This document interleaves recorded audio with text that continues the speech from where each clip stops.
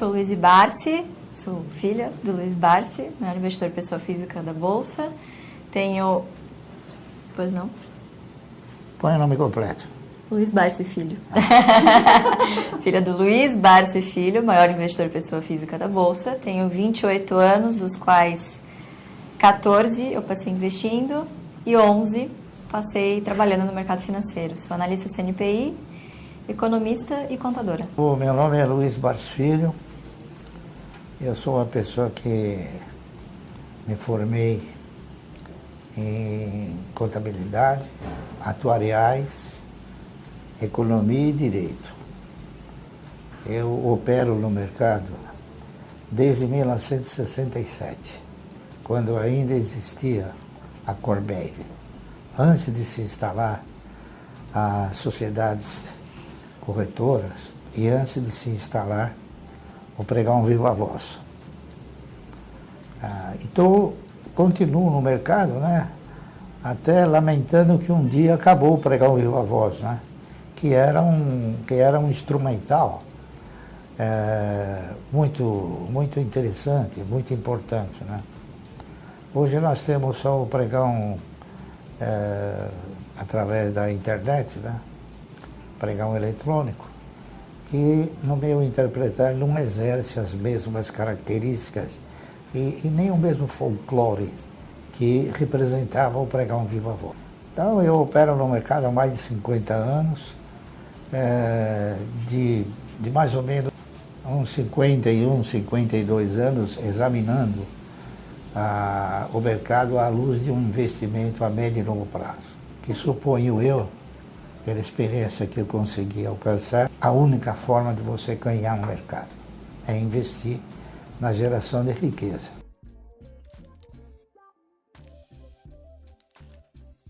Médio e longo prazo, ele depende do sentimento, depende do foco que o camarada determina quando ele entra no mercado, quando ele se atreve a ingressar no mercado de valor. Cada um adentra ao mercado em circunstâncias diferentes. Por exemplo, nós vínhamos cultuando uma taxa de juros de 2%, 3,5%. Aqueles que estavam acostumados a aplicar na renda garantida se sentiram assim desprestigiados em termos de ganho.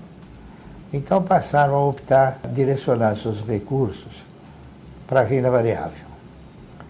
Então, na realidade, o ingresso desses elementos que entraram no mercado quando a renda fixa estava baixinha, não foi porque talvez eles estivessem convencidos de que o segmento acionário era realmente uma estrutura que pudesse proporcionar bons resultados a médio e longo prazo. Eles interpretaram que o mercado talvez pudesse oferecer-lhes resultados no mesmo prazo que a poupança oferece.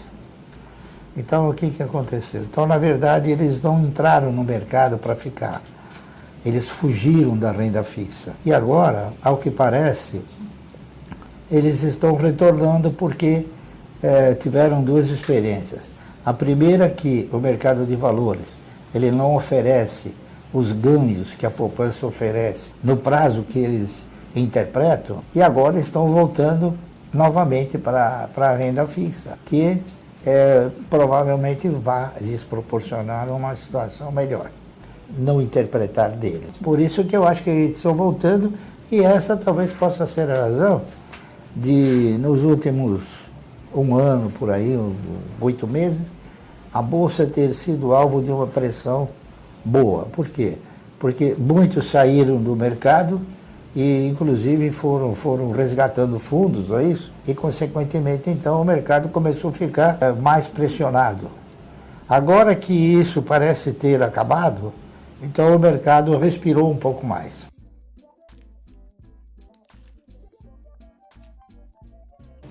É engraçado isso, né? Porque quando eu comecei como analista CNPI, obviamente que eu era analista de uma corretora média, então eu tinha que cobrir setores e empresas que não necessariamente ele gosta ou que tem a ver com a filosofia de investimento dele. Então eu fui obrigada a meio que desbravar também outras filosofias, né, filosofias mais de curto prazo. E eu acho que o interessante de você ver com seus próprios olhos, né, quer dizer, você mesmo colocar a mão no fogo, te dá um aprendizado, uma bagagem muito maior do que simplesmente só absorver, só aprender com o seu pai, né? Então, aprendi também com os meus próprios erros. Então, também já fui gananciosa, também já quis, não digo desafiá-la, mas, eu me formei aqui em economia e eu sei mais que ele, sabe assim? Coisas da juventude, né? Já sei o suficiente, ganhei 1, 2 vezes, já sei tudo, então a autoconfiança, o excesso de confiança, enfim. Então eu acho que o fato de eu ser analista CNPI, já ter tido outras experiências também com outras estratégias e ter entendido com as minhas próprias experiências que, de fato, o que ele fala, ele tem muita propriedade, né? Isso tem muito valor. Então eu não só levo o legado dele adiante, como também é o que eu acredito, né? É a filosofia que se encaixa de fato com o que eu acredito, e é o que eu já vi dar certo.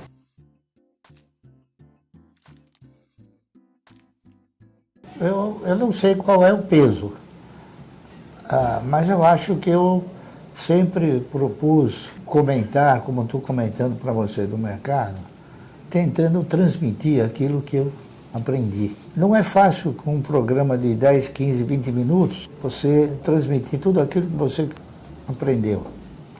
Mas eu procuro mostrar então uma trajetória, um caminho. E esse caminho é o caminho do quê? É o caminho de você estabelecer, quando você ingressa no segmento de ações, você tem que estabelecer um foco. Então, suponha que o seu foco seja coincidente com aquele que é o meu, que é o de formar uma carteira de renda mensal. O que eu fiz foi formar uma carteira de renda mensal. E o mercado apelidou de carteira de previdência, porque ela tem uma semelhança, né? Então, o que eu procuro transmitir é isso. Se você começar a especular, você vai perder. Se você se alavancar, você vai perder. Se você optar por derivativos, você vai perder. Por quê? Porque os derivativos, eles têm configurações muito diferentes e, em muitas ocasiões, tem determinados derivativos que eles funcionam, se você não tiver a experiência suficiente, como uma cama de gato, justamente para te trazer e ganhar sobre você. CEMIG? Tenho. Eternit? Olha, Eternit eu tenho e tenho. Tenho vontade de cair fora, porque ela não é mais o mesmo papel que quando eu comprei há 10, 15 anos atrás. Grupo Ultra?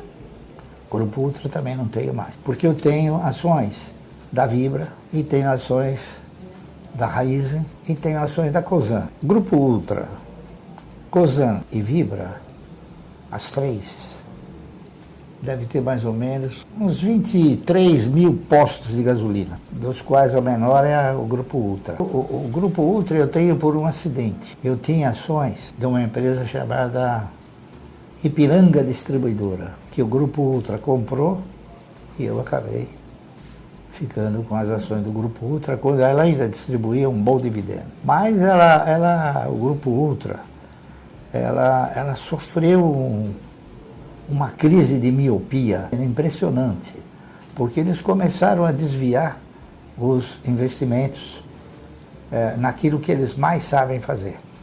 Então, o que eles fizeram? Investiram numa empresa chamada Oxiteno, dos quais eles não tinham expertise, não é isso? Investiram também na compra de uma rede de lojas de farmácia, chamada Extra Farma. E na época nós chegamos a comentar, poxa, vocês estão desviando o foco, né? Eu acho que isso não vai dar certo. E não deu certo. Então, por essa razão, eu caí fora do Grupo Ultra e fui acondicionando outras ações de outras empresas que pudessem estar no setor com mais objetividade e com mais segurança.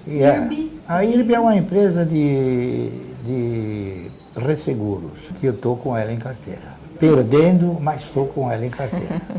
Itaúsa, Itaúsa eu vendi porque ela deixou de ser um papel que distribui bons dividendos. Porque as pessoas não... Talvez eu seja um profissional muito preocupado com detalhes, tá certo? Então, por exemplo, a Itaúsa foi uma empresa que surgiu no mercado, eu não me lembro de que ano, na década de 70, 80, e ela é a dona do Banco Itaú.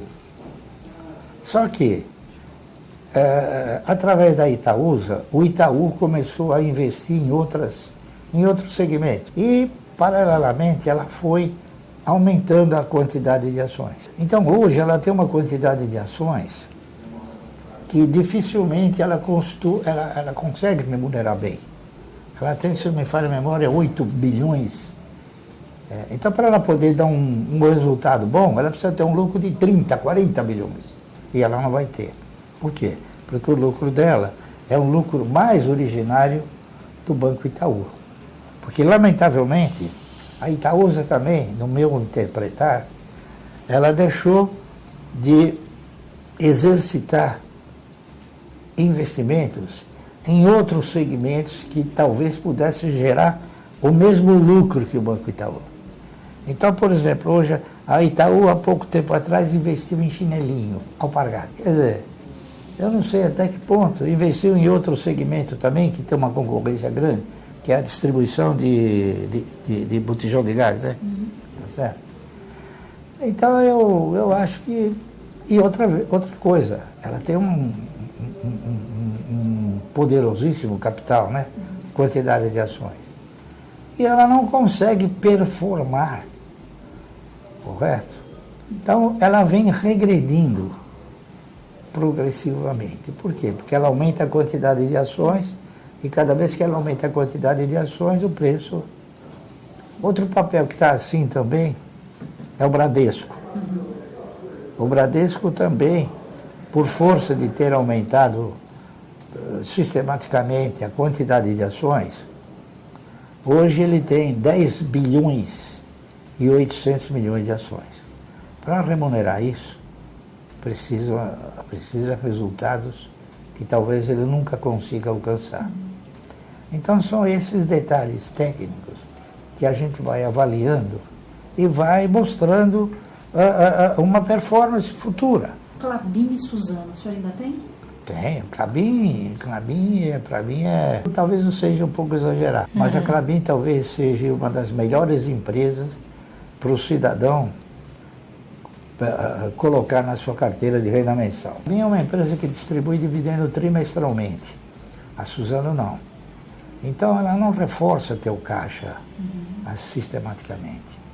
E outra coisa também, eles têm estratégias distintas. A Klabin é uma empresa que ela remunera, então ela repassa parte da riqueza que ela gera, não é isso? Ao passo que a Suzano, ela retém mais essa riqueza. E eles têm uma quantidade de ações diferentes. Então hoje a Suzano custa, hoje exatamente custa R$45, né? E a Klabin custa R$4,50, R$4,30, por aí. Então, com o dinheiro que você compra uma Suzano, você compra 10 Klabin. Porque o mercado, ele ensina, ele gera, ele produz ensinamentos que não está no livro, que não está em literatura nenhuma. Então, a Klabin me ensinou que dividendo você ganha em função de quantidade possuída e não por valor aplicado. A maioria do brasileiro não sabe o que é isso. Taesa, você ainda tem? Taesa eu tenho. Taesa foi a Taesa, ela tem o mesmo controlador. Na Taesa ele é controlador parceiro. Porque quem controla a Taesa é a CEMIG. É a ISA, que é uma empresa colombiana, que é dona da TRPL. Eles têm esses dois papéis que são papéis de transmissão. A ISA, ela investe na transmissão, que é um dos filés do setor de energia. O setor de energia tem geração, transmissão e distribuição. Distribuição está fora. Taurus? A Taurus eu tenho, há muito tempo eu tenho Taurus, né? Eu tenho Taurus desde 1900 e alguma coisa. Quando ainda o Estima, o antigo controlador, era dono da empresa. E ela chamava Forjas Taurus. E ela possuía algumas empresas em outros setores, que não de armas, né? Ela possuía uma empresa de capacetes, que ainda possuía uma empresa que chamava Taurus Plast. Eram containers de plástico. E eles faziam também alguns equipamentos que vendiam uma parte para a Petrobras, enfim. E na ocasião, a Forjas Taurus era uma empresa cujo principal elemento da empresa era um cidadão que se chamava armeiro. Ele não chamava armeiro, ele executava ofício, a função de armeiro, né? Então ele armava, executava a arma, né? Ele concluía a arma. Num determinado momento da história, a Forjas Taurus foi vendida. Ela foi vendida para o Daniel Birman. O Daniel Birman é dono da, como é que é o nome? CBC. CBC, cartuchos, né? Faz a bala. Então, talvez é interessante ele ter a bala e ter o revólver também, né? Então, são outras empresas. Então, eles compraram a empresa e produziram, né, uma metamorfose grande. Deixaram de fazer tudo isso. Ficaram só com a fábrica de capacetes, porque eles tinham uma predominância muito grande e é difícil vender. Mas ela sempre gerou resultado pequeno, mas gerou. E continua gerando. E ele investiu num segmento de armas. E mudou o nome da empresa. Não é mais Forjas Taurus. É Taurus Armas. E o que eu posso te dizer é o seguinte. Eu estive agora em abril visitando a fábrica. Porque ainda é do meu DNA visitar as fábricas, né? E eu vi uma das fábricas de maior tecnologia, de maior avanço tecnológico em termos de geração e de produção. Você sabe qual é a maior fonte de exportação, fonte de recursos da exportação brasileira? Eu diria minério e o agronegócio. Soja, milho e outros grãos, né? Por inacreditável que possa parecer, a arma é o único produto industrializado que detém uma forte concorrência do exterior, é a arma. E o governo não quer.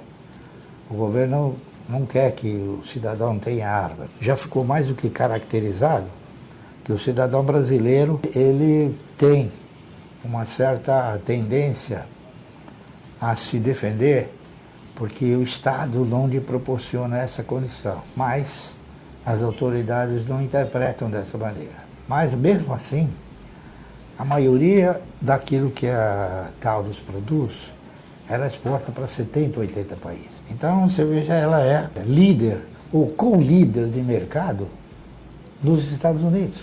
Tem algum outro papel que eu não citei que o senhor passou a investir? A AES, né? A AES Brasil, um papel que agora eu acabei de completar, 5% da empresa, não é isso? Eu gostaria que fosse 50%, mas não dá.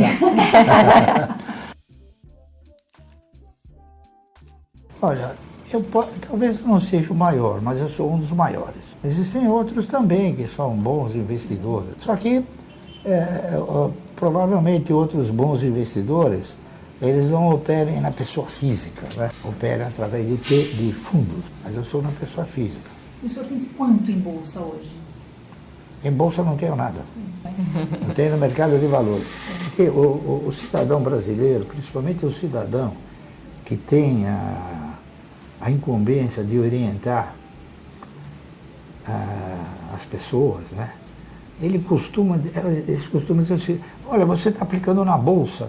Ninguém aplica na Bolsa. A turma aplica no mercado e aplica em empresas. Por isso que às vezes o cidadão chega para mim e fala, Marcê, o que você acha da Bolsa? Eu não tenho ações da Bolsa. Se criou uma nomenclatura que ela não é a certa. Se você for nos Estados Unidos, o camarada não fala quanto você aplicou na Bolsa. A primeira coisa que ele vai falar, quais são os papéis que você comprou. Tá entendendo? É diferente. Mas eu conheço uma historinha interessante. O cidadão tinha 30 lojas, né? De armarinho, gravata, um monte de coisa. Aí um belo dia o filho dele chegou e falou, pai, nós precisamos contratar não sei quem para fazer um levantamento de tudo isso daqui, porque a gente não tem certeza. Ele falou, quanto vai custar o levantamento? Ah, vai custar não sei quantos milhões. Ele falou, faz o seguinte, tira o preço de uma gravata, o resto é lucro. Assim é meu. Tá entendendo? Por quê? Porque eu investi pouco. As empresas investem por mim. Por quê? Porque elas me pagam o dividendo e eu compro mais ações. Eu não compro Mercedes, eu compro mais ações. E eu faço isso até hoje.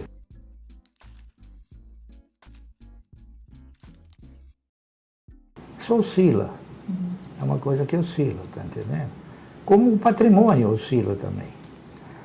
Então, por exemplo, a minha carteira chegou até 4 bilhões e 600 milhões. Hoje ela tem 4. Então o cidadão vai falar, pô, você perdeu 600 milhões? Eu não perdi nada. Sabe por quê? Porque eu não vendi. O camarada tem o sentimento de perda quando cai. Então, para mim, pouco interessa o patrimônio. O patrimônio, ele é um instrumento que alimenta o meu ego, mas não o meu bolso. O que alimenta o meu bolso é o dividendo. E o dividendo também oscila. Oscila na razão direta que as empresas vão obtendo maiores ou menores lucros.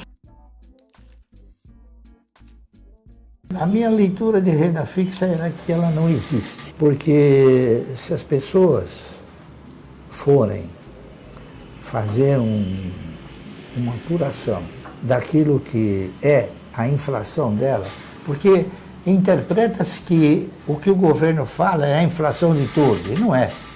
Cada um tem a sua inflação. Então, se você chegar em janeiro e relacionar tudo aquilo que você precisa, tá certo? Tudo. Você vai ter o quê? Você vai ter um determinado valor. Se você pegar esse valor e aplicar na renda garantida, você vai chegar no fim do ano e você, pela aplicação, você vai ganhar 10%. Se você pegar o valor que você tinha disponível para comprar em janeiro e for comprar em dezembro, a diferença é no mínimo 40%, 50%. Então, veja bem, se você colocou um valor para depois de um ano ser remunerado no máximo 10%, e aquele valor perdeu poder de compra de 50%, então você não ganhou nada. Você nem corrigiu o valor da moeda. Então, isso aí é uma ilusão. Por que é uma ilusão? Porque o cidadão brasileiro, ele foi seduzido ao longo do tempo e, inclusive, conduzido a ser um agiota. Está entendendo? Então, o cidadão que aplica, que empresta o dinheiro, emprestar o dinheiro, o que é? É um ato de agiotagem. Ninguém conseguiu me falar o que é a criptomoeda. E aí, se você conseguir, eu vou ficar feliz porque eu vou aprender. Eu invisto em empresas que tenham, assim, uma perenidade, porque a atividade é perene. Chamava-se CTB, era a maior empresa que tinha, não é? Existiam outras, a Telefônica da Borda do Campo, mas a CTB era a Companhia Telefônica Brasileira. Então, para você comprar um telefone, você gastava 1 milhão em termos de hoje e tinha que esperar 25 anos. Né? Hoje você tem, assim, na mão, custa 5 centavos, 10 centavos, não, 5 reais, né? E um telefone custa aí o quê? R$1.000. Tá certo? Então, esse aparelhinho aí, ele gerou e produziu uma transformação sensacional.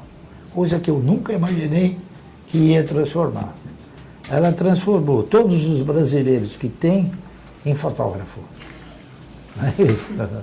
Então, todo mundo quer tirar fotografia, né? Eu não quero tirar fotografia, mas todo mundo quer, tem que respeitar. Então eu procuro investir nesses segmentos e procuro exorcizar segmentos que não tenham assim um grau de perenidade, porque depende de uma série de fatores.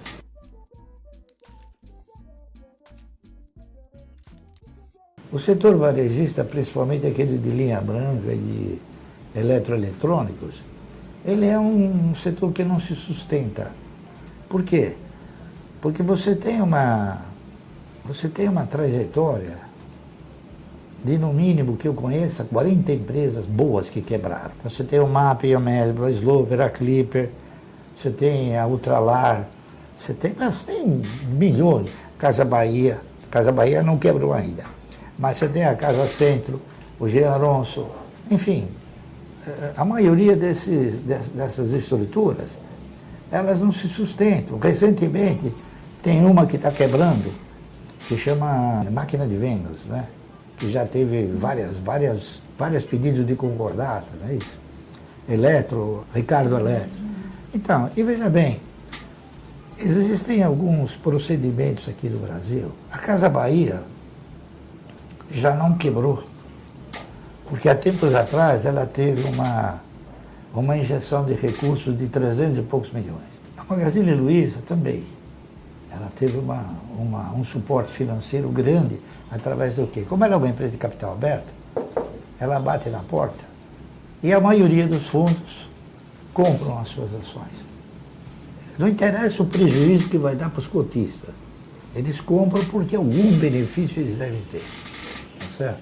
Agora nós estamos tendo um negócio interessante. Um outro segmento da economia, que é turismo. Por exemplo, a CVC, Difícil mesmo. se não tivesse agora uma entrada de recursos aí de 500 milhões, ela estaria quebrando. Tá certo? E outros segmentos. Por exemplo, eu não digo que essas empresas possam ter isso, mas talvez algum desarranjo, alguma coisa, a Localiza. Ela está tomando no mercado 4,5 bilhões. Então, talvez, você vai entender por que você nunca vai ganhar comprando fundo. Está entendendo? Por quê? Porque quem compra, quem ampara esses IPOs, ou essa subscrição, que a turma chama de FAL1, são os fundos. Então, o fundo coloca na carteira dele alguma coisa que não vale nada. Você não pode impedir, você tem que engolir o sapo se você estiver lá. Eu, com todos esses anos de mercado, não conheço ninguém que ganhou aplicando em fundo. Nem em fundo de previdência privada.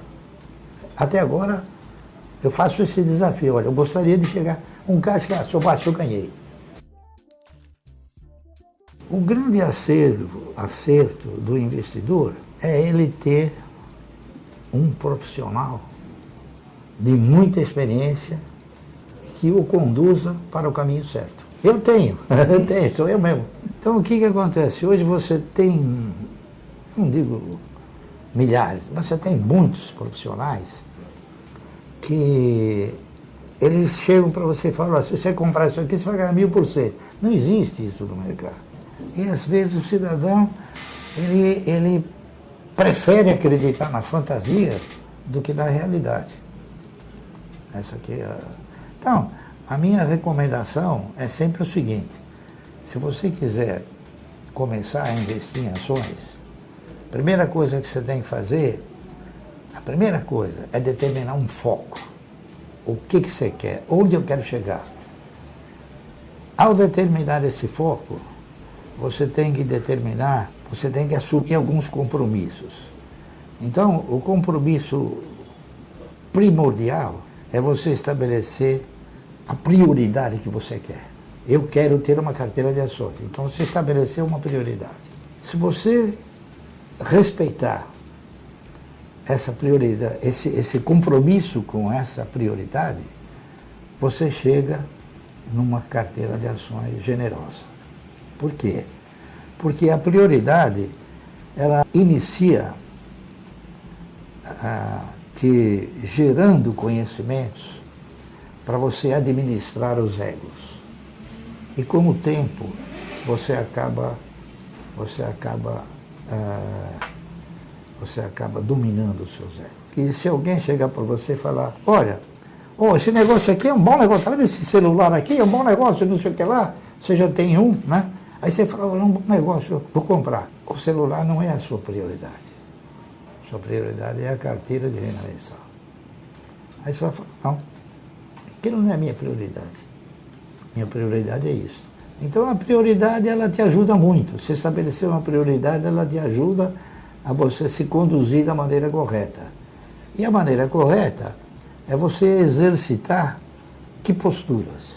Primeiro, a disciplina de você exercitar essa prioridade. E segundo, a paciência de você formar uma carteira.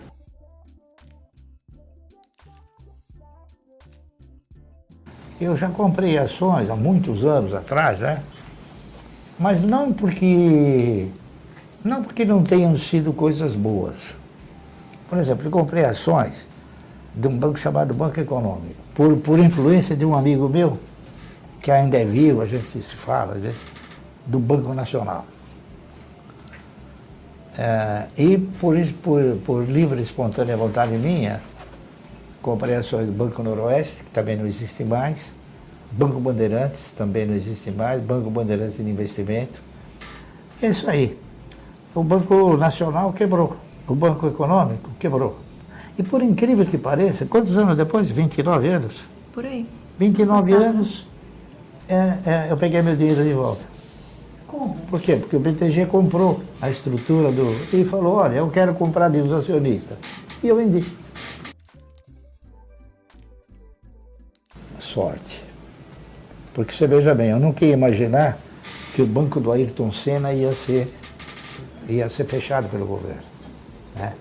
Que o banco que tinha o maior acervo patrimonial, que era o Banco Econômico, também ia ser fechado pelo governo. Entendeu? E outros bancos também. Teve um banquinho que eu me arrependi de ter feito. Ele chamava o apelido dele era Banco da Bandeira, porque ele chamava Banco do Progresso. Como na bandeira está escrito Ordem e Progresso, então o apelido dele, esse daí eu perdi 10%. Mas eu nunca perdi nada no mercado. Sabe por quê? 99,9% do meu patrimônio foi oferecido pelas próprias empresas. Então o cidadão, ele não se deu conta que o que ele ganha de dividendo, se ele reinvestir o dividendo, o efeito multiplicador dele é substancialmente superior a ele reinvestir aquilo que ele ganha na renda fixa. Quando eu tinha 14 anos, ele fez uma carteira para mim, inclusive, curiosamente, com ações da Ultrapar, que eu também já não tenho mais hoje em carteira. Ainda era um bom negócio. Ainda era um bom negócio. Ainda era um bom negócio? Ainda era um bom negócio naquela época, né? Em 2008. Na época, essa carteira me dava o equivalente a R$300 por mês em dividendos e aquilo era a minha mesada. Então, ele me orientava da seguinte maneira, olha, você tem esses R$300 que eu vou te dar, na verdade, não sou eu que estou te dando, é a empresa que está te pagando. Você tem duas opções, ou você usa porque você precisar, né, comprar a roupa que você quer, o tênis que você quer que você está me pedindo, ou você reinveste e no próximo trimestre, quando ela anunciar novamente dividendos, você comprou novas ações, então você não vai mais receber 300, você vai receber 310. No próximo trimestre, se você continuar reinvestindo, não é mais 310, 320, né? E assim sucessivamente. Quando você se der conta, esse dividendo vai ter multiplicado várias vezes, né? Então foi assim que eu comecei, que eu me apaixonei pelo mercado. Estou chegando muito próximo de receber 1 milhão ao ano. Não é 1 milhão ao dia como ele. Isso é fato? 1 milhão ao dia? Ele é 1 milhão ao dia, eu recebo 1 milhão ao ano, mas tá bom, né? Por que essa surpresa? Mas se você tivesse feito como eu, você também estaria recebendo isso. Você acha que dá tempo? Dá, eu acho que dá. Dá, você sabe por quê? Porque hoje você tem um manancial de empresas boas que possam te proporcionar bons resultados ao longo dessa trajetória, né? Você formar uma carteira de renda mensal. Qual você acha que é a referência mais importante do mercado? A maior referência de mercado sempre foram os resultados. A empresa deu um lucro muito grande, então a ação teoricamente vai subir. A empresa pagou um dividendo grande, ela pode subir. Então essa era a referência de mercado, os resultados. Hoje, essa referência mudou, não existe mais. A referência do mercado hoje é um instrumental que se chama locação. Locação de ações. Por quê? Porque as grandes instituições, elas locam ações de uma empresa e vendem até não ter mais comprador, até exaurir a possibilidade daquele papel se manter. Aí eles vão pressionando o papel. Foram os casos da IRB, é o caso da Cielo. Você sabe quantas ações? Oi. Oi, coitado. Você sabe quantas ações tem o Bradesco alugada? Mais de 300 milhões. A IRB chegou a ter 500 milhões de ações. A Cielo chegou a ter 170 milhões de ações. Hoje tem 70. Então, o que acontece? Essa alocação, ela gera uma espiral de baixa. O que é uma espiral de baixa? Por exemplo, o mercado tem a possibilidade de negociar em termos normais X mil papéis de uma determinada empresa. Vamos supor, 50 mil ou 100 mil ações. Então o camarada alugou 1 milhão de ações. Ele vai vendendo no mercado. Aí não tem mais comprador, ele vende para o parceiro dele, mais barato. Aí ele vende mais barato para o outro parceiro. Ele vem e vai fazendo uma espiral de baixa. Quando chegar num preço que ele interpreta ser bom, ele recompra e devolve. Esse é o processo de mercado hoje. O senhor olha para o Ibovespa, que importância o Ibovespa tem para o investidor? Nenhuma. Não, para mim não tem nenhuma, Tá. né? Mas eu sinto que ela deve exercer alguma importância para a maioria, porque eles falam, você viu, o índice caiu. Mas você tem ações do índice? Não, então deixa ele cair. Né? A gente compra projetos. Nós somos empreendedores de bolsa, né? Enquanto os demais são especuladores de índice. Né? Então é completamente diferente. O cidadão brasileiro precisa se conscientizar que esse país só terá uma economia positiva se ele investir na geração de riqueza. Eu não sei quantas milhões ou milhares de pessoas eles votam na esquerda. A esquerda não é geradora de riqueza. A esquerda ela é geradora de pobreza. Por quê? Porque ela distribui uma riqueza que ela não gerou. Entendeu? Você, para poder distribuir uma riqueza, você precisa gerar essa riqueza. É não ter burrice. E o que é burrice financeira? Burrice financeira é você acreditar nos índices do governo. O governo chega para você e fala, a inflação é 3%. Você tem que dar risada, né? Então você não acredita. Eu não acredito, né? Quer dizer, a maioria acredita. Inteligência financeira é quando você acredita, através do seu procedimento, dos seus investimentos, você obtém resultados satisfatórios. Eu acho que isso pode ser inteligência financeira. E para você, Luísa? Olha, ter inteligência financeira é você fazer primeiro o feijão com arroz bem feito, né? E segundo, você usar a matemática ao seu favor. A matemática ela é implacável. Quando você pega a fórmula do valor futuro, né, para você olhar ali o efeito do juro composto ao longo do tempo, qual que é a única variável que é exponencial? O N, que é do tempo. Então, não é sobre você comprar uma Mercedes. Tudo bem se é o seu sonho, mas é sobre você realizar esse sonho hoje ou daqui 5 anos. Entende?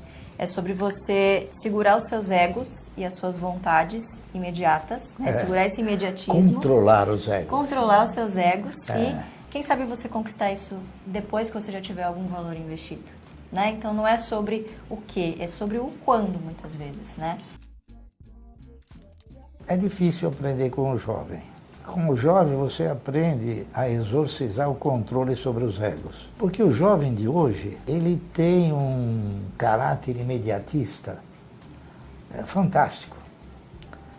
Então ele ainda não se conscientizou que uma carteira de renda mensal, ela não se faz em um dia, nem em um mês, nem em um ano. E ele não se deu conta, tá certo? Que ao formatar uma carteira de renda mensal, ele vai colocar alguma coisa, depois a empresa coloca o resto. Quando eu fiz esse trabalho que ela segue hoje, Ações Garante Futuro foi um trabalho feito. Então eu descobri, porque o importante é você descobrir coisas que o mercado te ensina e que não está no livro. Quando eu digo não está no livro, você não tem nada escrito sobre isso.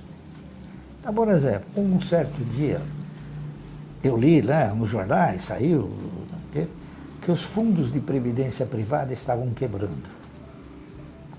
Em 1970, se a memória não me trair. Eram fundos de previdência privada particulares. Então eram Pereira Barreto, KPM, Montepio da Família Militar, GBOX, eram tudo fundos de previdência privada. Você tem o fundo da Varig, o fundo da Transbrasil, o fundo da VASP, centenas de fundos de previdência privada particulares foram quebrando. Então eu cheguei numa conclusão, eu falei, poxa, se o dia da manhã eu quiser ter uma renda, eu vou ter que apoiar para a aposentadoria, não é isso? Para a Previdência. Mas aí eu analisei o seguinte, o que é a Previdência? Em termos de concessão. Ela é uma provedora, certo? Você ganha 50 mil reais, a Previdência te dá 3. Então ela provê recursos a você, no mínimo para você se viver. Vai. Então esse é o espírito, a essência da Previdência. Por que não da Previdência privada também? Ela nunca vai te retribuir aquilo que você comprou. Ela vai te retribuir um pedaço. E nem sei se ela vai honrar, porque até agora, todos que eu conheço que investiram na Previdência privada, tiraram e soltaram foguetes, porque perderam pouco, tá certo? Então, naquela ocasião, eu analisei e falei, poxa, vai ser difícil eu ter uma renda mensal boa, né? Pelo menos para mim viver bem, não é isso? Então eu busquei outras fontes. Mas antes de buscar outras fontes, eu fiz o seguinte, falei, poxa, o cidadão que trabalha na iniciativa privada, ele, ao se aposentar, ele ganha uma provedoria, né? E funcionário público? Funcionário público não se aposenta, você sabia? Ele ganha o mesmo salário. O que acontece? A Previdência passou a ostentar a postura de provedora e empregadora, porque ela paga o salário. Eu falei, bom, então eu nunca vou me aposentar nessa estrutura. Então, o que eu tenho que fazer para ter uma carteira de renda mensal? Então, eu analisei todos os investimentos viáveis possíveis, não é isso? E nenhum deles se apresentavam como capazes de estruturar um investimento a médio e longo prazo. Então, quem colocava em evidência a perspectiva de você investir a médio e longo prazo. Bom, naquela época eu pensei, bom, o Banco do Brasil, ele já tem acho que 90 anos, então, logo ele vai ter 150, vai ter 200. Então, ele serve. As empresas de energia elétrica também servem. As empresas de alimento também servem. Então, eu fui analisando e fui chegando numa conclusão. O setor financeiro, não é isso? Então, eu fiz o seguinte, falei, bom, para mim me aposentar pela Previdência, eu preciso contribuir 30 anos. Aí eu fiz essa pergunta para mim. E se você comprar 1.000 ações por mês, durante 30 anos, o que acontece? Bom, vamos ver o que acontece. Então pus tudo num livro, numa tabela, né? E cheguei numa conclusão interessante. A partir do 8º ano, você não precisava mais tirar o dinheiro do bolso. O reinvestimento produzido pelas ações, ele já te dava seguimento. Então, quer dizer, eu pesquisei e consegui ver isso aí. E eu fiz. Em 8 anos eu já tinha uma renda que me permitia viver sem nenhum salário. Naquela época eu tinha o quê? Tinha 4 filhos, né? 4 já. 4 filhos. Fui o primeiro cidadão a escrever sobre o mercado de capitais aqui no Brasil, por causa do Nelo Ferrentini, que era diretor do jornal Diário Popular. Então nós começamos a escrever sobre o mercado e depois vieram outros. E hoje tem milhões aí que escrevem, né? Olha, o recado que eu talvez pudesse passar para eles seria o seguinte: não compre ações só por comprar, só por receber uma dica. Analise os projetos de empresas que tenham, assim, projetos futuristas, né? E comprem ações dessas empresas. Não se preocupem com a Bolsa, porque a Bolsa é um órgão ávido por corretagens e emolumentos. Nunca aplique na Bolsa. Aplique no segmento de ações. É isso aí. Olha, eu diria o seguinte, antes de você se jogar do avião, aprenda a abrir o paraquedas. A gente, quando é jovem, quer se aventurar, né? Claro, a gente tem todo o tempo a nosso favor, mas muitas vezes quem se joga do avião sem abrir o paraquedas, na bolsa, de casa, muitas vezes não volta. E joga a culpa no mercado. Eu acho que ele não volta nunca. Não volta. Não volta. Eu já falo diferente, eu falo, você nunca andará 1 quilômetro se não der o primeiro passo. Então, eu concluo para você dizendo o seguinte: se eu tivesse que colocar um termo no meu trabalho, eu mudaria. Estão entendendo? Eu colocaria assim, colocaria um O. Ações garantem um ótimo futuro.